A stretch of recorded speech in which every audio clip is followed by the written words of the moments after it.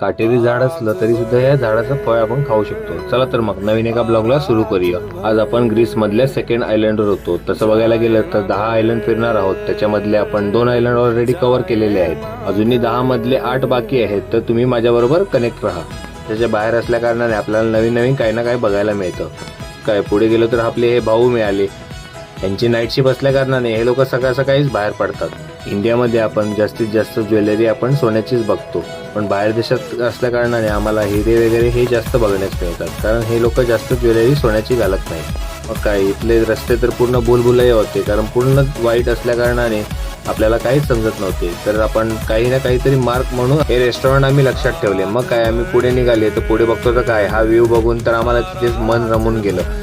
थोड्या वेळाने असं वाटलं की इथेच राहावं, पण नाही, आपल्याला ड्युटी असल्या कारणाने आपल्याला पुढे जावं लागतं. हे बघून झाल्यानंतर हे यांचं हिस्टॉरिकल काही ना काहीतरी बांधकाम असतं, तिथे मिस्ट्री लिहिलेली असते. तर तुम्ही बघितलंच असेल, पण तुम्हाला माहिती आहे काय, हे झाडाची फळं सुद्धा ही खाल्ली जातात. ब्लॉग बघायचं असेल तर मला फॉलो करावं लागेल तुम्हाला.